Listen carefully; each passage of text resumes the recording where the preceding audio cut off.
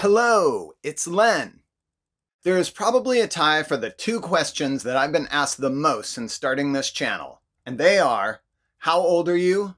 And what were your favorite bands when you were a teenager in the 1980s? So today I'm going to share with you some of my favorite bands of the 1980s in the order that I became aware of them, using only physical media like records, magazines, and tapes. And if you were curious about that other question, here's a copy of my actual birth certificate, so you can go ahead and do the math if you'd like. Now, before we get into my list, I would like you to know that unfortunately I will not be playing any of the music from any of the bands that I mentioned because doing so would just earn me more copyright strikes. But I did make some playlists featuring the bands from this video, so there are links to those in the description. Along with this list, I'll also be sharing some stories related to my favorite bands and being a teenager in the 1980s, which will be aided, as always, by my own personal photos and VHS home video clips from the time. So now, without further ado, I present to you my favorite bands and albums when I was a teenager in the 1980s.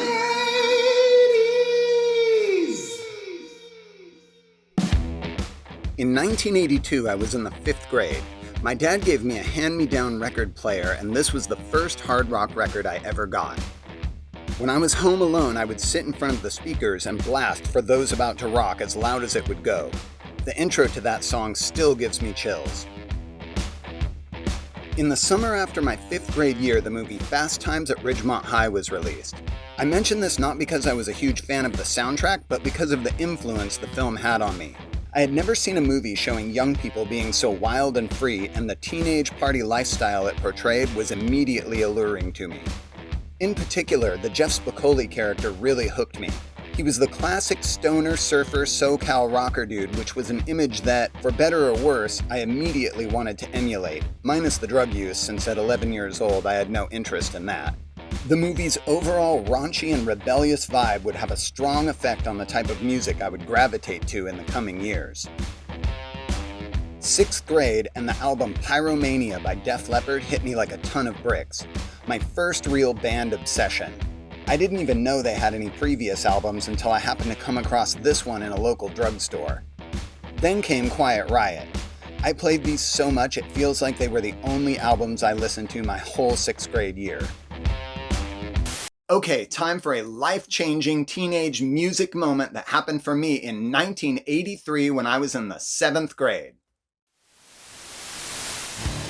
One night I walked through the living room while my dad was kicking back in his recliner chair watching the local news, and I caught a glimpse of a feature they were doing on an up-and-coming band that I had never heard of. They were called Motley Crue, and they were in town promoting their new record with an in-store meet and greet at Tower Records in Seattle. And yes, this is the actual news clip that I saw that day.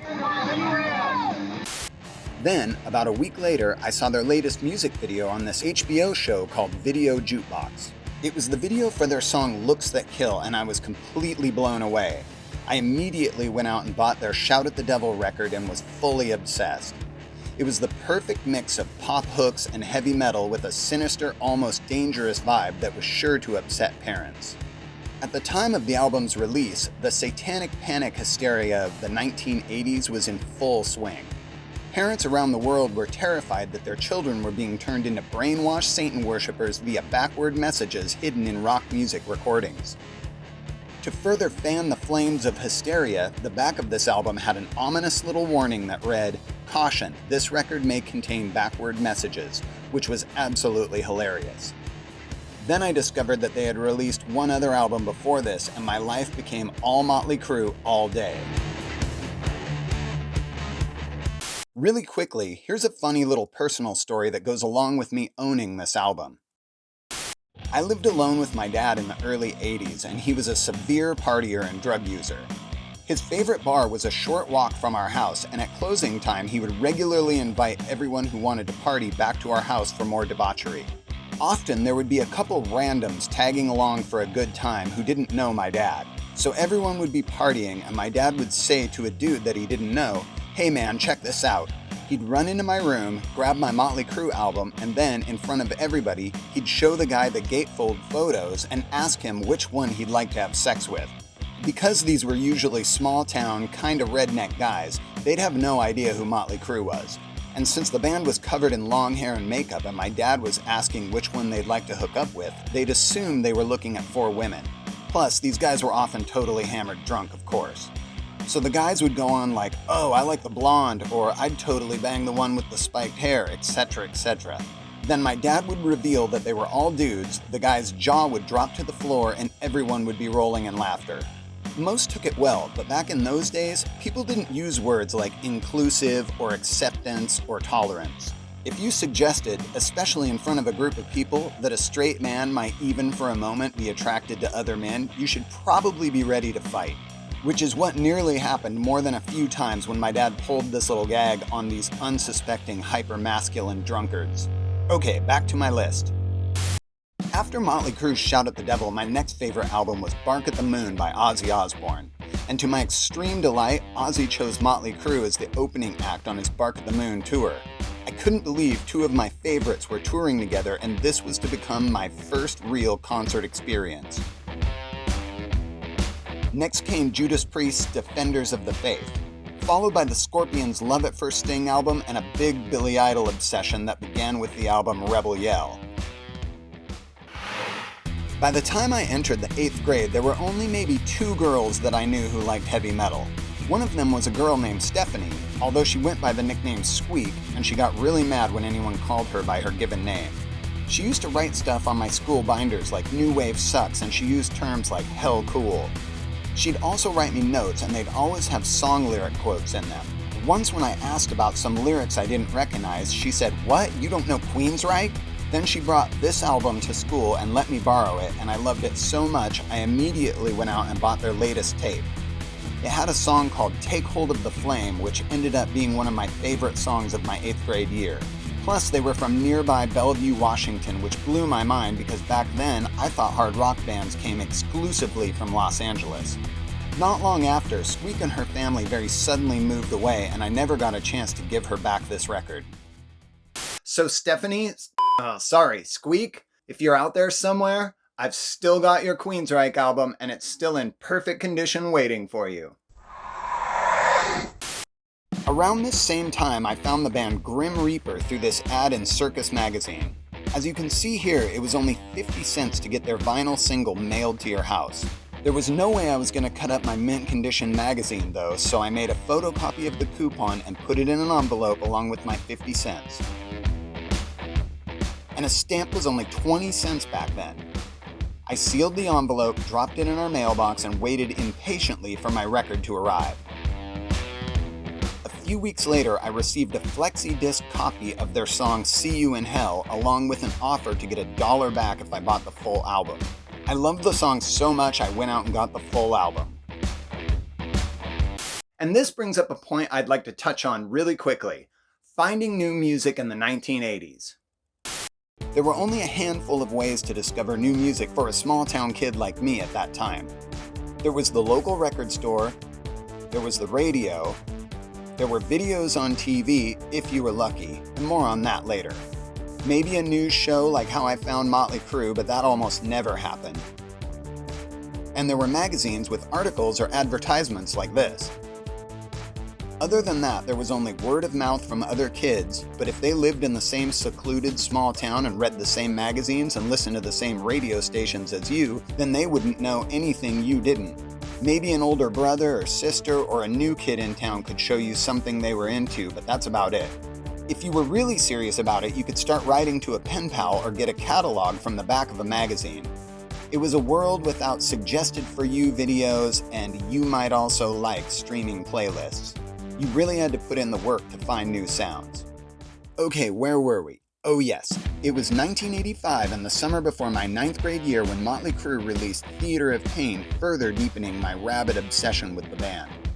They had drastically changed their appearance, and my bedroom walls were slowly turning into a shrine to their newly updated look. It was turning out to be a great year. I had a new Crue album to play until it wore out, and my dad had just given up drinking and drugs, so my home life had become just a little more stable. Dad had even become a full-on Motley Crue fan himself and offered to take a group of my friends and I to their concert that year. During the winter of 9th grade, I really started warming up to David Lee Roth's solo album, Crazy from the Heat. It wasn't hard rock, but it had a beachy vibe that was perfect to chill to while daydreaming about life in warmer climates.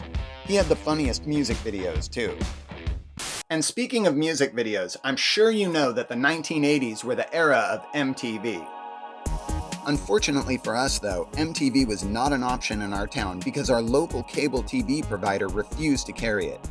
I'd say probably twice a year throughout the entire 1980s, my dad would call our local cable company and ask for MTV to be added, and they always told him the same thing. Sorry, but there just isn't enough demand for it at this time. But we did have HBO, and HBO had a half-hour music video show called Video Jukebox, which, as I mentioned earlier, is where I first saw the Motley Crue Looks That Kill video. Anyway, Video Jukebox would play a handful of videos that would change every 2 weeks. The show was on at random hours on random days throughout the week though, so it might be on at 5 p.m. today, but 2 days from now it might be on at 3 a.m. It was a super annoying way for a kid to try and see a few music videos. And this was literally the only way I could see music videos up until about 1985 when we got a channel called Superstation WTBS that had a late-night, weekends-only video show called Night Tracks. It would start at 9 p.m. and run until 3 a.m. every Friday and Saturday night, and I would regularly stay up and watch every single video they played, often recording my favorites onto VHS tapes. Okay, back to my faves. The summer before my 10th grade year, David Lee Roth released Eat 'Em and Smile, which I fell in love with. I'd never been a huge Van Halen fan because the tough guy upperclassmen jocks at my school liked them, so I had always refused to listen. I did rediscover them later though. The 1986-87 school year was 10th grade for me, and I found Cinderella. I have to say that even at that time, I found their band name, outfits, and look to be a little corny, but I just ignored that because I really liked their songs. Once again, two of my favorite bands went on tour together when David Lee Roth went out with Cinderella opening. I was super pumped to see these two together, and not only was the show on my birthday, but my dad let me skip school that day so my friends and I could spend some time in the city. That year, due to problems at his own home, my dad let my best friend Scott move in with us, which ended up being really fun. Our house was a small 2-bedroom, so Scott and I shared my room, which had a bunk bed my dad had built.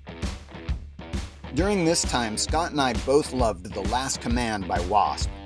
Here I am wearing my Last Command t-shirt. Dork. Billy Idol released the Whiplash Smile album that I couldn't get enough of. I had also found this kind of post-punk new wave band called Gene Loves Jezebel. This was the perfect album to listen to while chilling out in my neon bedroom with the blacklight on. Hanoi Rocks became a big-time fave. I had heard their name for years but never actually heard them until I came across this album. Of course, every suburban teenager with an immature sense of humor loved the Beastie Boys' License to Ill album. Around this time, Scott and I simultaneously found Master of Puppets by Metallica, and we became instant fans.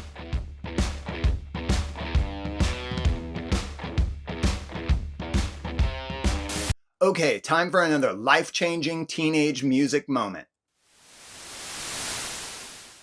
Starting around age 15, I had a daily list of chores that, when completed to my dad's liking, would earn me an allowance of $10 per week.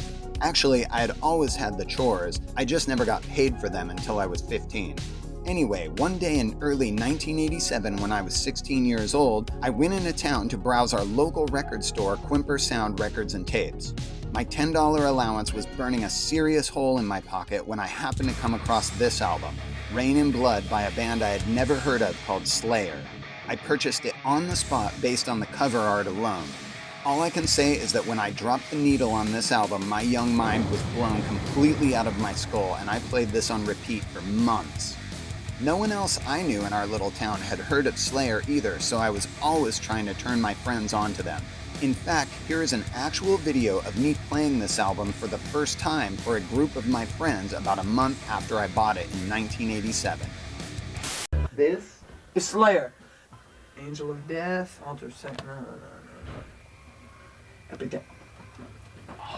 All I can say is they weren't ready for it. Link to a funny short version of this original video clip below. After getting rocked to the core by Rain and Blood, I quickly tracked down Slayer's earlier releases and collected them all. I put their poster up in my room, and I even painted a few of my own. Then in 1988, one of my close friends, who had become an even bigger Slayer fanatic than me, offered to trade me his mint-condition BMX bike for my 4 Slayer albums and 1 poster. It was a deal I felt I simply could not pass up at the time, but I regretted it for many years after. And just so you know, the record store where I found that first Slayer album when I was a teenager, Quimper Sound Records, is still around today.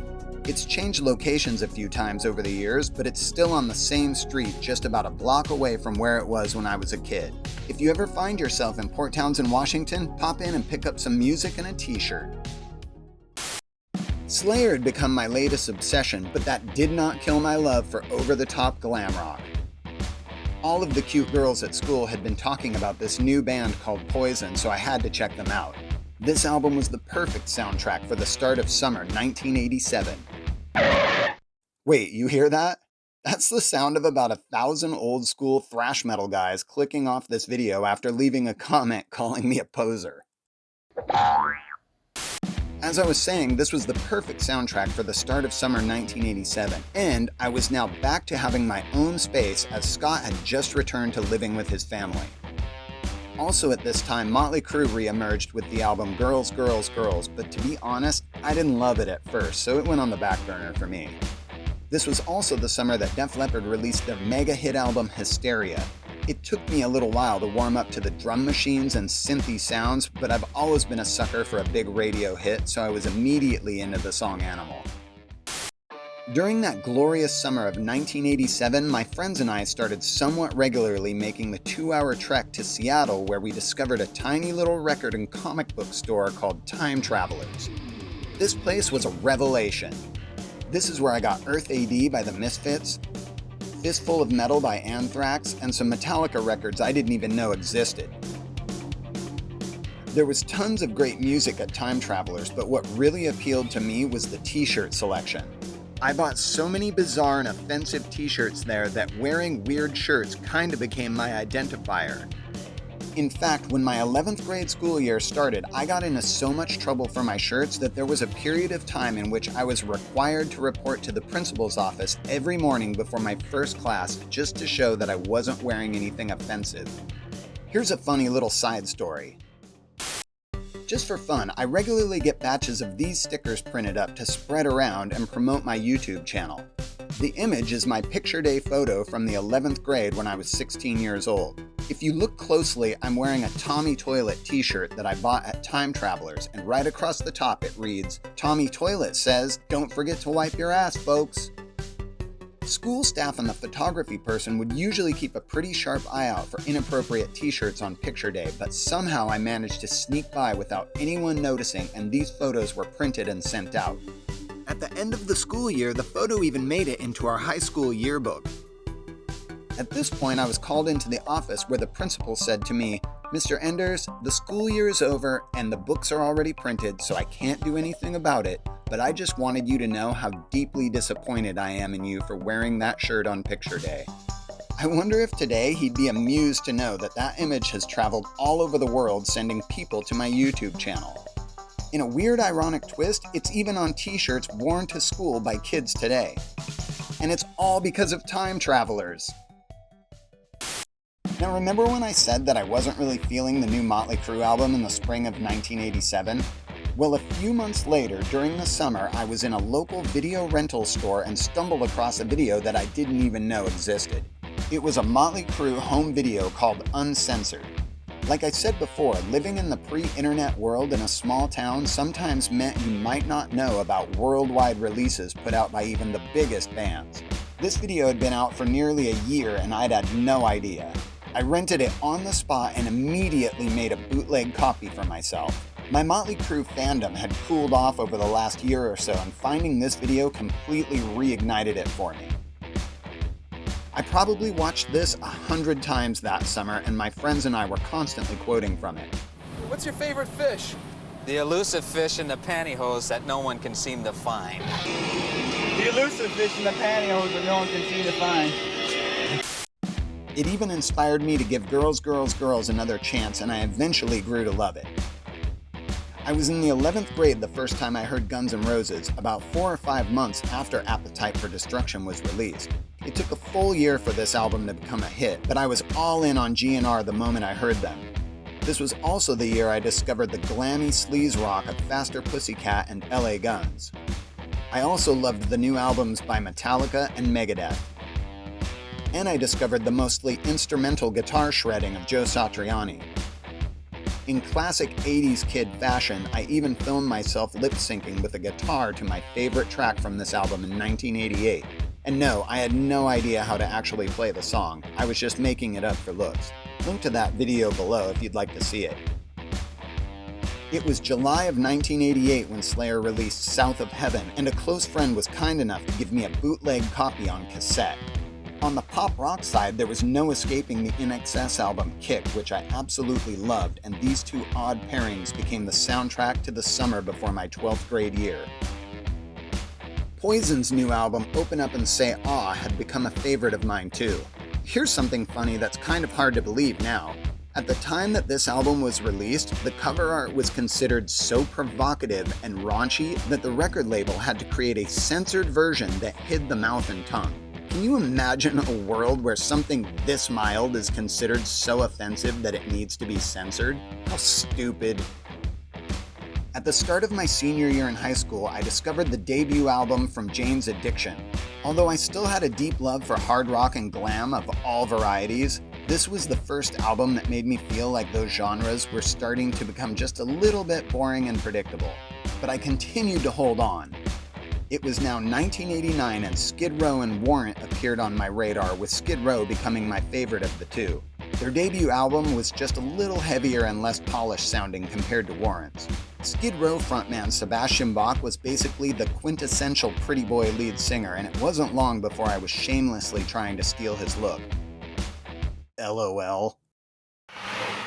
Something I'd like to mention here is just how important magazines were to music fans back in those days. Not only were they a place to learn what was going on with your favorite bands, but they also provided the photos that you would cover your bedroom walls with. As a teenager, these magazines were as important a collectible as the actual records and tapes, and I couldn't bear to cut them up.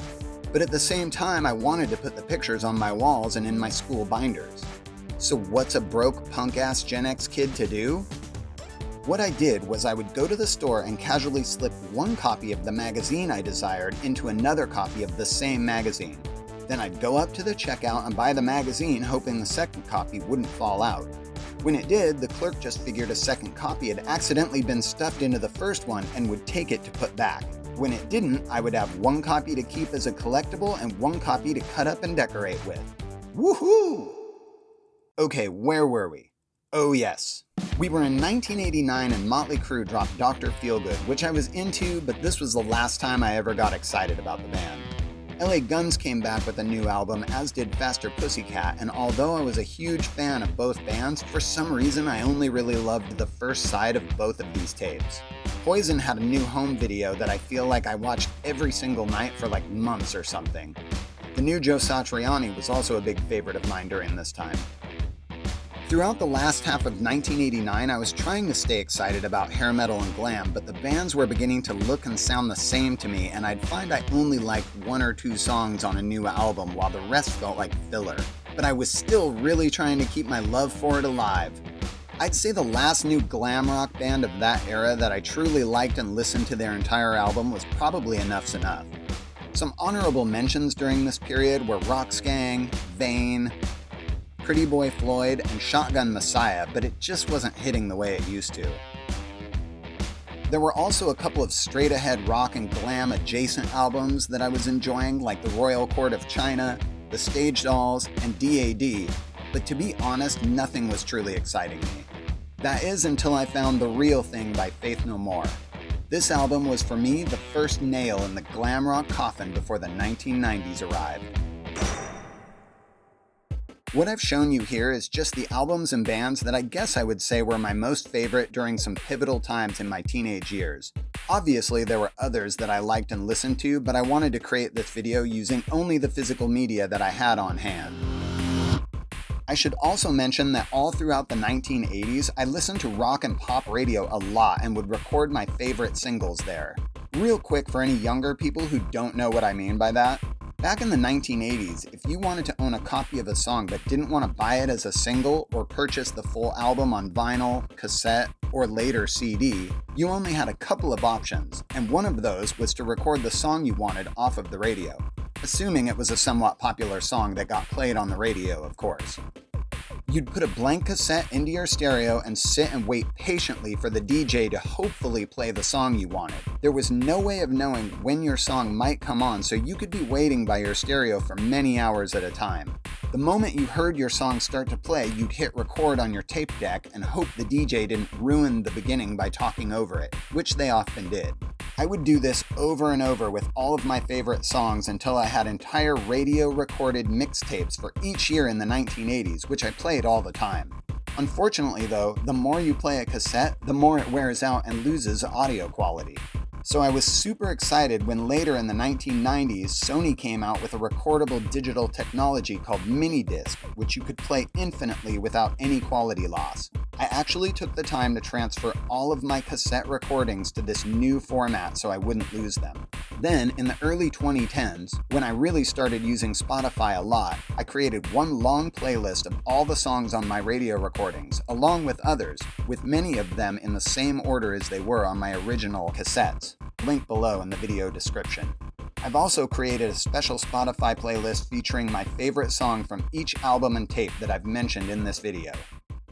But before we come to the end of this video, I already know what question I'm going to be asked in the comments. Which one of these is your desert island disc? Well, if I was going to be stuck on a desert island and I could only bring one of the albums I mentioned, it would definitely be one of these two. But since I refuse to choose one and want to bring them both, I'll just attempt the same trick I did with magazines in the 1980s and hope no one notices. Hope you enjoyed this video, and thank you for watching.